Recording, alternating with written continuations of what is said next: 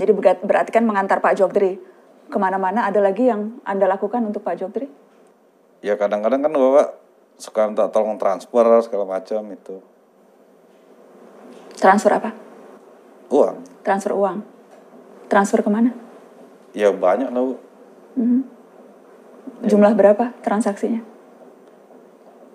Ya cukup banyak juga kan, nggak tentu lah harus berapa tapi ya banyak. Biasanya? Rata-rata? Ya nggak itu juga, tapi di atas 50. Di atas 50? Di atas 100 juta? Pernah. Paling besar pernah transfer? 5 apa? M. 5 miliar. Anda dipercaya untuk transfer uang 5 miliar? Kunci berangkas saya pegang, Mbak. Kunci berangkas? Kunci berangkas di mana? Di Liga. Di Liga?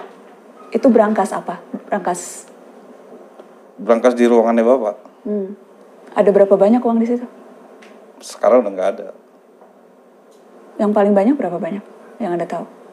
Di isi berangkas itu? Isi berangkas? 5 pernah. 5 M. Itu uang untuk keperluan apa? Ya lebih banyak ya untuk sepak bola, Mbak. Apa misalnya sepak bola apa? Bapak ini kan suka nalang-nalangin dulu. PSSI, Liga juga. Dan itu duit dari mana saya nggak tahu. Yang penting saya tahu ada duit di berangkas segitu. Dan suka beliau minta saya untuk transfer gitu. Transfer ke siapa misalnya? Ya yang berurusan dengan sepak bola kebanyakan begitu. Misalnya jadi ke klub? Ke klub, kebanyakan ke klub memang. Klub? Anda klub Asprov. Itu ditransfernya ke rekening klubnya atau ke rekening petinggi klubnya atau gimana? Kebanyakan ya keseringan kalau pakai nama klub enggak. Tidak pakai nama klub, jadi nama orang per orang. Siapa yang paling sering Anda kirimi uang? Udah lupa lah, Mbak. Jadi berangkas isi uang, isinya 5 M, Anda yang pegang kunci berangkasnya. Rekening itu atas nama Joko Driono atau atas nama Anda? Rekening, kalau rekening ATM atas nama Bapak, nggak ada atas nama saya. Jadi semuanya, tapi kalau atas nama Pak Jokdri kan tidak bisa mengambil uang kalau ke bank. Gimana sistemnya tuh? Ya kalau kadang transfer pakai ATM. Kadang saya setor pakai uang cash kan. Oke, uang cashnya ambil dari berangkas. Ambil dari berangkas. Anda tidak pernah bertanya, ini uang dikirim ke siapa, untuk apa? Ya Bapak kan langsung kasih ya WA atau SMS, kadang-kadang tulis di kertas, kirim setor ke si Anu gitu. Jadi hanya menyebutkan orang. Iya, inisial, nomor rekening udah. Nomor rekening sama ini. Anda tidak pernah bertanya ini untuk apa Pak uangnya? Enggak pernah. Tapi Anda tahu itu kira-kira buat apa? Ya karena saya tahu itu kan orang bola itu aja. Gitu aja. Mobil Pak Joko Driono itu atas nama Anda? Tidak atas nama Joko Driono. Itu memang kenapa? Kan mobilnya waktu itu ya karena inisial aja. Dia mobilnya ada inisial kan, yang bisa pakai 3 huruf di belakang kan cuma Jakarta kan. Itu. Ada lagi aset-aset Pak Jokdri yang atas nama Anda? Cuma mobil aja. Berapa banyak mobil? 2 mobil. 2 mobil, dua-duanya atas nama Anda. Dan kemudian tadi selain mengantar kemana-mana juga transfer kemana-mana. Pak Jokdri berarti percaya sekali sama Anda ya?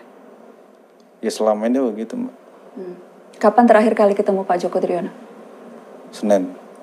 Hari Senin, 2 hari yang... Senin, hari Minggu. Hari Minggu.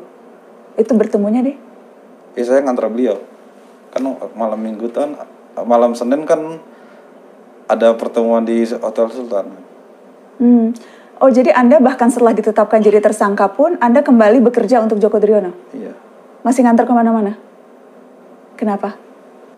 Bapak pernah nyaranin minggu kemarin habis saya wajib lapor, Bapak manggil, kamu merasa nyaman nggak dengan situasi seperti ini? Kalau enggak, ya udah kamu di rumah aja, tetap saya gaji, kata dia. Saya bilang, saya di rumah malah nggak karuan ntar, saya bilang. Terus ya udah saya ya seperti biasa aja lah, saya bilang ya udah. Apakah Pak Jokdri bilang maaf atau menyesal karena menyuruh Anda melakukan tindak pidana? Iya. Dia bilang apa? Iya, dia minta maaf karena instruksi dia jadi kondisinya jadi begini. Ya dia siap pasang badan supaya saya jangan sampai ya istilahnya masuk UI lah. Siap pasang badan katanya. Oke. Bisa digambarkan nggak sih suasana desain kantor, ruang kerja Pak Jogdri itu seperti apa? Dan kan kemudian kan di sampingnya kan ada ruangan-ruangan yang lain kan? Iya, ada. Boleh digambarkan nggak, Bang? Saya masuk dari pintu sini. Ini pintu depan yang mana nih? Ya, itu depan di sini. Ini pintu depan, ini garis polisi. Iya. Ini pintu dapur. Pintu dapur, garis polisi juga. Garis polisi. Nah, polisi memang tidak tahu ada pintu ini. Saya kurang tahu juga dah. Saya masuk lewat sini, persisnya saya kurang tahu. Tapi sehari-hari memang Pak Joko Driono kerjanya di sini. 3 tahun kemarin. 3 tahun kemarin intens di sini. Di sini. Oke. Terus di samping-sampingnya kan ada Komdis, itu di sebelah mana? Ini kan 2 lantai. Nah, ini tangga ke bawah. Ini atasnya ruang bapak. Nah, di sini ini ada ini ruang Komdis. Oke. Nah, di sini ada ruang meeting. Oke. Nah, yang ini ruang kerja Pak Jogdri yang di atas. Yang di atas. Oke. Ini kan ada tangga ke atas kan. Yang kantor Persija? Maksudnya kantor bukan gimana ya? Yang intinya pertama di sini cuman keuangan Persija aja. Di sini ruang keuangan. Kan Persija masih di Duren 3 kan? Nah, cuman keuangannya di sini. Oh, keuangannya di sini. Iya. Jadi kalau rapat-rapat soal keuangan pasti di sini. Brankas Persija juga di sini. Dulu kan di sini memang ada bekas brankas Liga Indonesia kan ada di sini. Oke, yang tadi Anda bilang brankas yang ada pegang kuncinya itu di mana? Itu di dalam ruangan Bapak. Di mana? Di dalam ruangan Pak. Oh, ini di dalam ruangan Pak JD ini brankasnya. Oke, jadi ini ada IO. Di atas sini ada IO. Pimpinannya itu marketingnya Persija. Siapa tuh? Ini ya, D. Inisial D. Marketing Persija. Marketing Persija. Saya tahunya dia marketing Persija. Oke, kantornya apa nih? Kantor IO. IO menyelenggarakan apa? Kayak event sepak bola aja. Oke. Tapi Bapak sehari-hari Pak Joko Driono di sini seringnya. Iya. Jadi semua yang waktu itu diminta diamankan memang langsung di sini. Iya.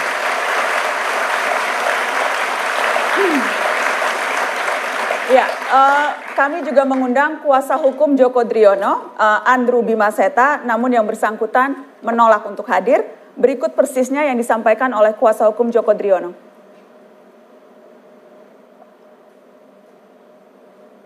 Baik.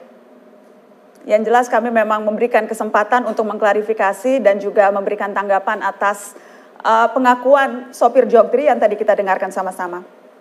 Pak Hendro, tadi kita dengarkan, yang jelas memang status yang bersangkutan itu sudah tersangka? Sudah tersangka.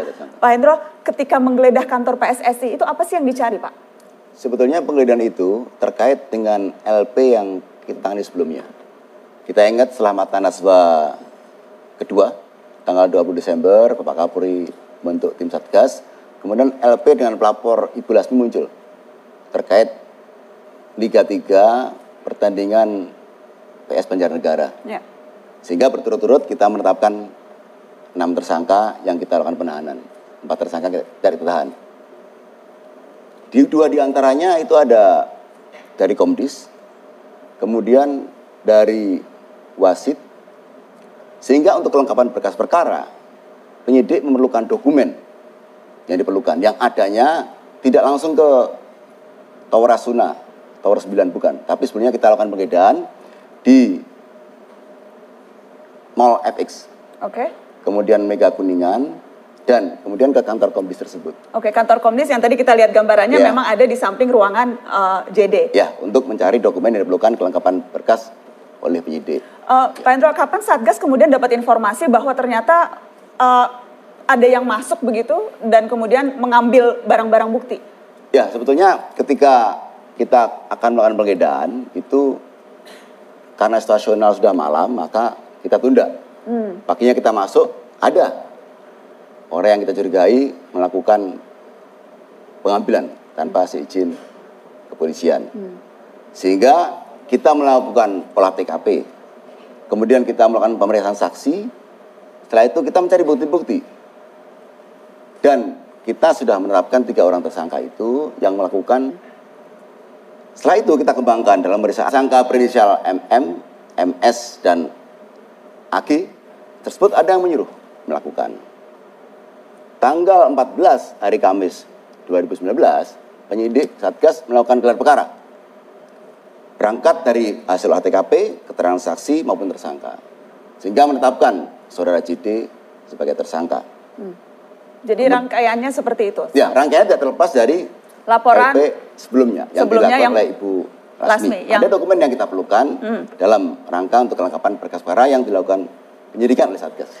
Semua barang bukti sekarang sudah ada di tangan kepolisian nih Pak? Semua yang tadi?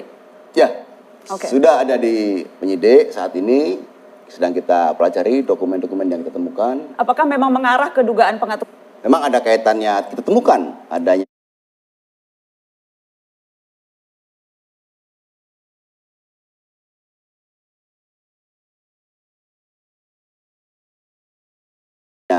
Dokumen-dokumen penting, kemudian termasuk aliran-aliran. Selamatkan dari dokumen-dokumen yang dihancurkan itu?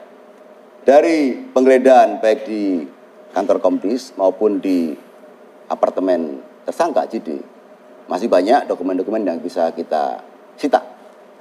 Antara lain kita bisa menemukan 9 HP, kemudian kita menemukan sejumlah uang, kemudian bisa menemukan bukti-bukti transfer aliran dana. Yang saat ini penyidik sedang bekerja keras untuk meneliti, menganalisa, kemudian akan kita simpulkan nanti.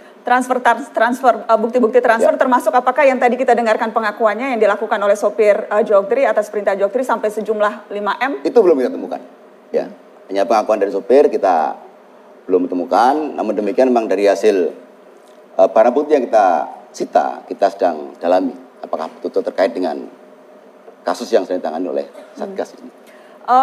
Jogdri sendiri sudah mengakui karena kan sudah diperiksa. Ya. Apakah dari hasil pemeriksaan itu ia mengakui memang memerintahkan sopir dan OB untuk? Ya, untuk melakukan pengerusakan memang disampaikan dia melakukan itu.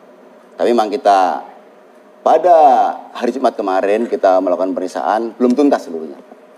Pada pertanyaan ke-17 memang waktu sudah menunjukkan 03.30 pagi hari sehingga kita tutup dan rencana besok jam 3 pagi sehingga kita tutup berita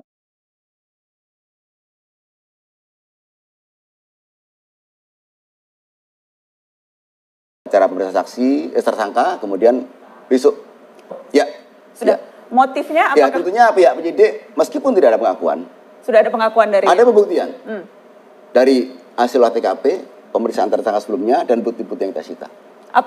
Apakah kemudian tersangka Joko Driono mengatakan apa motifnya menyuruh untuk merusak barang bukti? Ya, dari hasil pemeriksaan akan kita simpulkan nanti. Tapi sekarang motif itu belum diungkapkan? Ya, belum. Pertanyaan 17 masih akan kita lanjutkan besok untuk menggali apa yang sebenarnya menjadi motif dari Bapak JD tersebut. Oke, jadi besok jam 9 pagi akan diperiksa lagi? Ya, jam 9 jam 10. Pak Hendro, kami kan berulang kali mengundang Pak Joko Driono untuk menanyakan langsung. Karena yang bersangkutan selalu menolak, boleh titip salam dan menyampaikan undangan Mata Najwa besok? Insya Allah. Untuk kemudian mengklarifikasi berbagai hal. Berbagai hal langsung di Mata Najwa. Baik.